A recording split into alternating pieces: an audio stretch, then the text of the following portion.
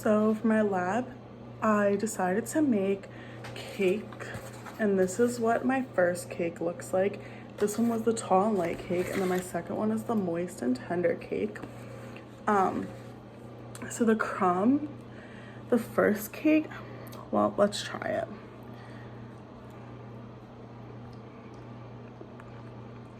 That's really good.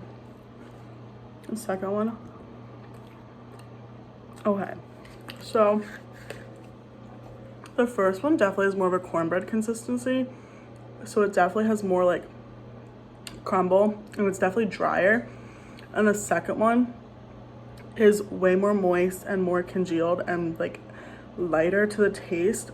So I would say that the first cake is definitely more coarse and the second cake is definitely more fine.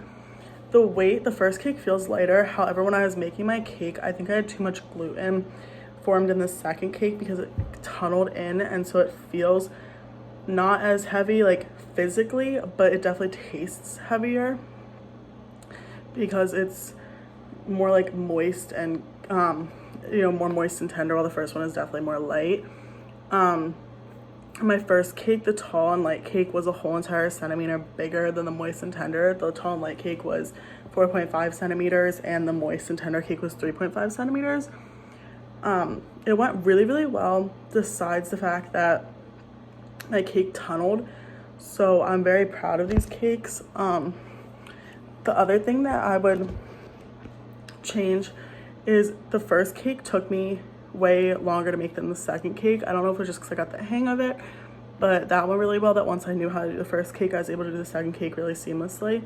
However, I would say if I change this process again, I don't think that I let the butter sit out long enough in my icing. So my icing does still have some butter chunks in it. So if I were to do it again, I'd be more careful making my icing. I think I rushed through that part because it was at the end. But overall, my cakes are really, really good. And the first one did turn out to be taller, and then the second one, and definitely lighter, and the second one was more moist. So I think this lab went really well.